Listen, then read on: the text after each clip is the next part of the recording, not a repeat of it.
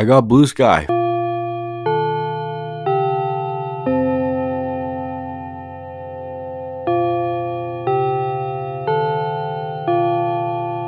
Fuck Twitter. Hello children. If you're watching this video, it's probably because something is blocking you from learning Japanese in a single afternoon.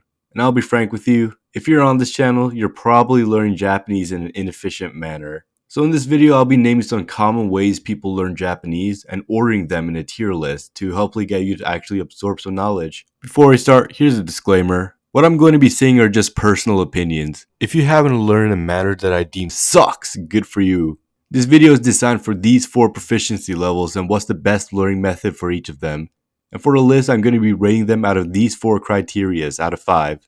Hatsuo, whether the tool helps you with pronunciation of certain words. Bunpo, whether the tool helps you with grammar. Chokai, whether it helps you listen. And Dokkai, whether it helps you read. With that out of the way, let's talk about the absolute worst way of learning Japanese, if you could even call it a learning experience. I know you guys try to do this at least once, and I'm just going to be blunt with it. Is learning Japanese through anime.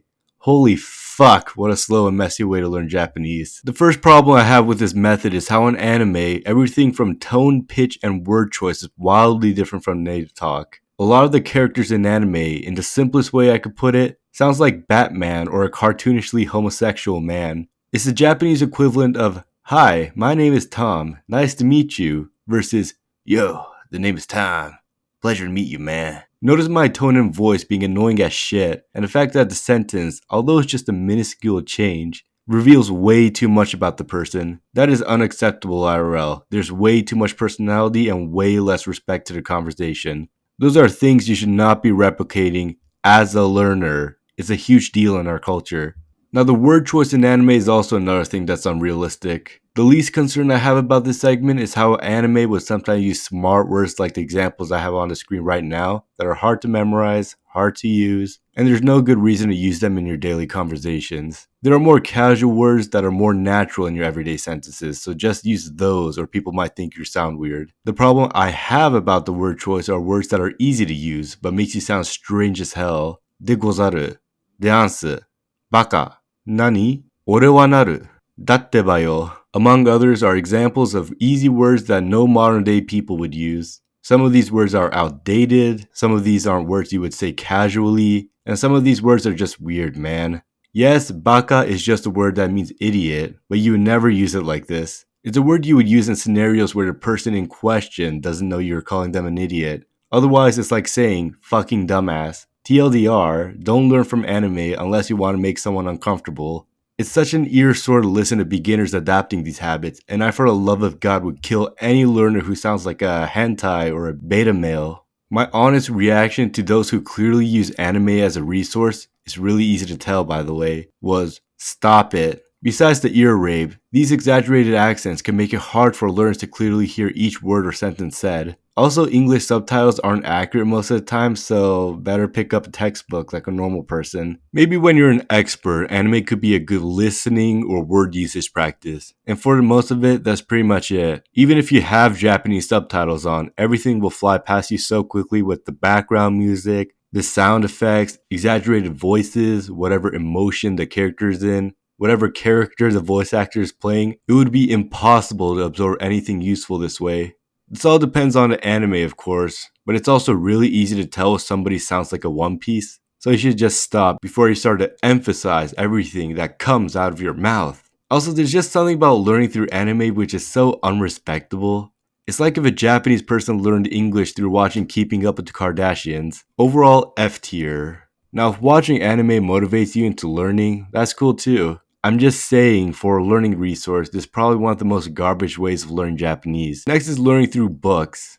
Now, reading regular books is a B tier learning method, but I know most of you are interested in reading this over this, so I'm just going to talk about manga. Now, the manga method fixes up several problems with the anime method, like the listening portion, because instead of trying to decipher a word you barely hear, pausing the show, struggle looking up that word, memorize it, then continue watching the anime. The manga will tell you right then and there what the word you don't know is. If you can't read it, use the kanji tracing app, it's efficient. It even solves the screen time problem I know you young folks have, nerds. Now this method can get pretty expensive, which if you pirate, shouldn't be a problem. There's also the problem of advanced kanji and advanced vocabulary. If you're somewhere between a learner and a novice, it's going to be hard for a guy to look up kanji like these. And either way, half the words you learn in manga will never become relevant in your life. So if you're already advanced enough to read high school manga, you should try something else to expand your Japanese in these parts instead. D tier. It's not bad, it's not good either. Next is learning through software like Duolingo or Rosetta Stone. Now, aside from what people say about these apps, it's actually not a bad way of learning Japanese. It pretty much has all the essentials: reading, writing, translating, and even a speaking portion apparently that I don't really trust. The problem I do have with it is how strict and robotic the grammar is. Apps like Duolingo will teach you Keigo Japanese, the type of Japanese where every sentence you must show maximum respect to the people and to the language. Every sentence must have no flaws. But the thing is, normal Japanese is very fluid, and you wouldn't know that if you primarily use Duolingo for learning Japanese. I've talked to people who only use Duolingo to learn Japanese, and every sentence they say sounds like a robot learning human language. If you want to talk like a native, you can omit the use of some particles, sound only somewhat respectable, and give up talking halfway. That's the real difference between someone who's used to speaking Japanese and someone who just started. B-. It's a good tool to help talk with grandma. You'll sound like a weirdo to anyone else though, so don't overly rely on it. Alright, next is immersion through conversation. This is definitely a great way to get used to speaking fluidly. It has all the essentials: listening, pronunciation, getting used to using new words, and of course speaking in a variety of respect forms depending on who you're talking to. The big problem you guys probably have with this one is that you can't find a Japanese person anywhere because 80 years ago you placed them in concentration camps and told them we don't want your kind around here. Don't worry, that shouldn't be a problem anymore. If you don't know where to find a Japanese person, go to your nearest university campus and hunt one down. I can attest that there's at least one Japanese person in every university or college around the world. There might even be a Japanese community center you could visit, especially near the west coast or dense cities. Look, I just searched Japanese community Boise, Idaho, one of the most forgettable cities in the world, and they have an entire website for it. A tier. Only downside to this method is going outside and finding a speaker, which might be impossible depending on where and who you are. Next is immersion through classes. Obvious A tier. All of the plus sides of a conversation, plus there's other people actually interested in the same thing as you. And unlike me, the professors are actually good at explaining concepts because they are paid to be good at teaching you. By the end of the classes, you'll be pretty good at Japanese. Two problems that aren't even problems really. Apparently tuition could cost up to $10,000. What the hell? Also, this is textbook Japanese. If you want the full Japanese native experience, you need to learn some street words like this, and this. So just A+ tier. Next is immersion in Japan, something I see a lot of you guys have been doing recently. Now a short stay, maybe say around a month, would be a great learning experience. Talk to people, eat foods, experience the culture.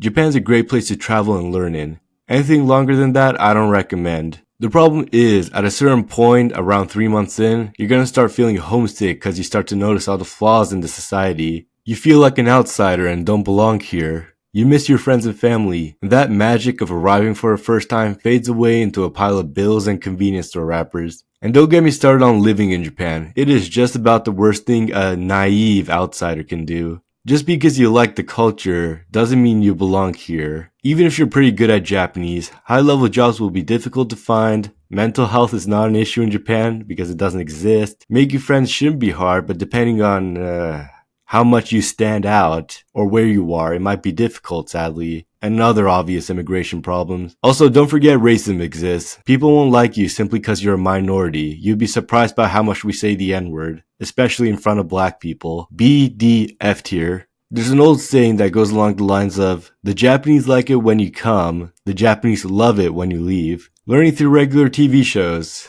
Now this is definitely a good, cheap option for everyone. Say you're watching a kids show, a drama, NHK, they definitely use words you would say on a daily basis. Important words that adults would use in conversations like shokuhi, yachin, setsuyaku. They interview natives about many topics, so you kind of understand how normal people talk about those topics. They show news and use hard but important grammar. You can actually learn a lot just by watching normal programmings.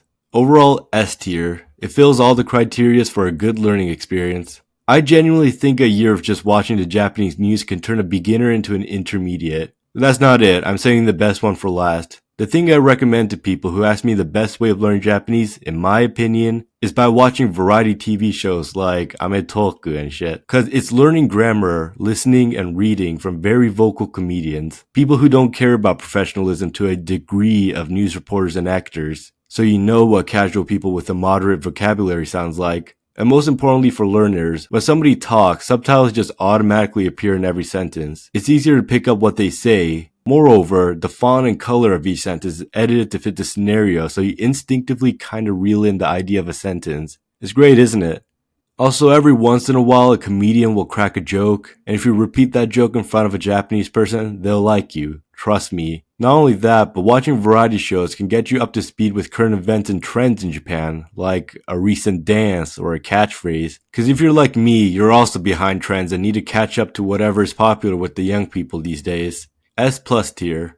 Clips and full episodes can be found on YouTube, but it's also really easy to find a pirating website with all the variety shows on it. I'm not going to tell you where it is, but I'm saying that it's really easy to find a pirating website. Trust me. Anyways, that's basically it.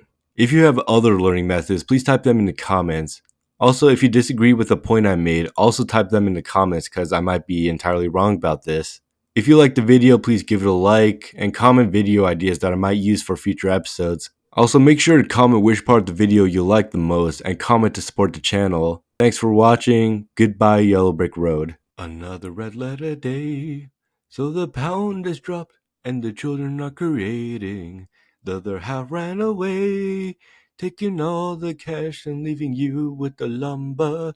Got a pain in the chest, doctor's on strike. What you need is a rest.